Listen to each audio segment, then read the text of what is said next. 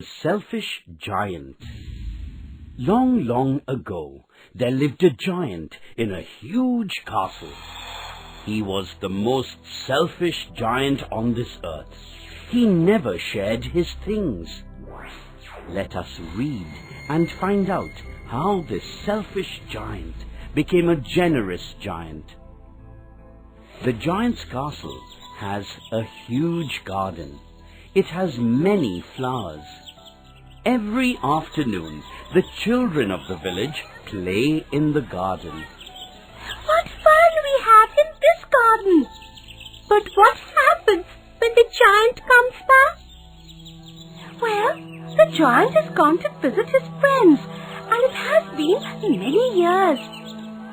Let us hope he never comes back. One day, the giant comes back. He sees the children playing in the garden. He is very angry. "What are you doing here?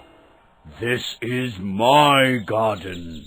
I will not allow you all to play here." So he builds a high wall all around the garden and puts a notice at the gate. You see, he is a selfish giant. The children have nowhere to play now. How happy we were there! Then spring comes. The whole country blooms with flowers, except for the giant's garden. Spring does not visit his garden. I cannot understand why spring is so late in my garden.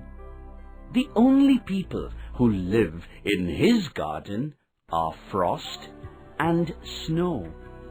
Spring has forgotten this garden. We can live here all the year round. The giant is sad. He waits for spring, but spring does not come. One day, he hears lovely music from the garden. He comes out of his castle and sees a little bird on a tree singing a beautiful song. "Oh, what lovely music! I think spring has come at last."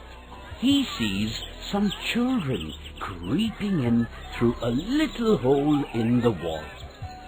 He sees them sitting on the branches of a tree. The tree is so glad to have the children back again that it covers itself with flowers. The giant's heart melts. With tears in his eyes, he thinks about it. How selfish I have been!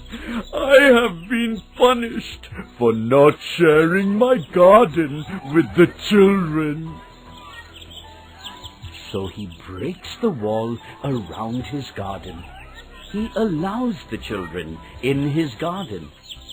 Soon his garden is filled with the laughter of children. Now the giant often joins the children in their games. Years go by, and the giant grows old and feeble. He can no longer play with the children, but he sits on an armchair and watches the children play. Believe me, spring now never forgets to visit the giant's garden.